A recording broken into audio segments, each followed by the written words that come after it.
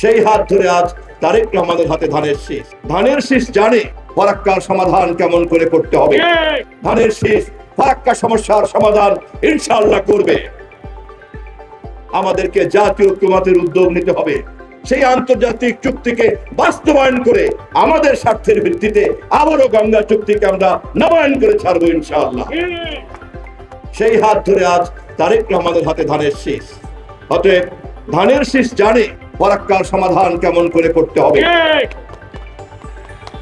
ধানের শীষ যেমন করে এবারের নির্বাচনের জনগণের স্বতঃস্ফূর্ত রায়কে পেয়েছে, দেশি বিদেশি সকল শক্তির সমর্থনকে পেয়েছে, ঠিক সেই ধারাবাহিকতাতেই ধানের শীষ ফারাক্কা সমস্যার সমাধান ইনশাআল্লাহ করবে।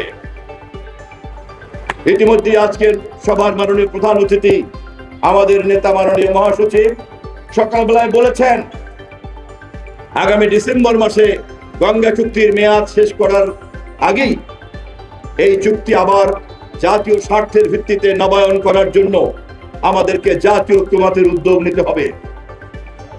এবং আমি দেশের সকল গণতান্ত্রিক শক্তিকে ফারাক্কা দিবসের এই মঞ্চে দাঁড়িয়ে ভাসানী অনুসারীদের, রফিকুল ইসলাম বাবলু সাহেবের দলের এই মঞ্চে দাঁড়িয়ে আমাদের মহাসচিবের সেই আহ্বানকে বাস্তবায়ন করার জন্য আমি আবার আহ্বান জানাই।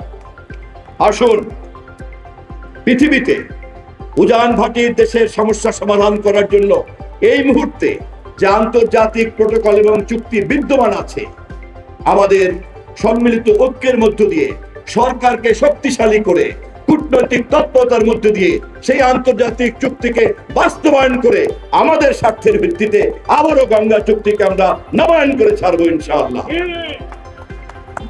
এবং এই পুরো প্রক্রিয়াটি মৌলানা ভাসানীর শিষ্য হিসাবে বিএনপির মহাসচিব জনাব মির্জা ফখরুল ইসলাম আলমগীর আমাদের মাননীয় প্রধানমন্ত্রীকে নেতৃত্বে রেখে সম্পন্ন করতে পারবেন, এই আশাবাদ ব্যক্ত করে আমার বক্তব্য শেষ করছি। বাংলাদেশ জিন্দাবাদ, মৌলানা ভাসানী অমর হোক।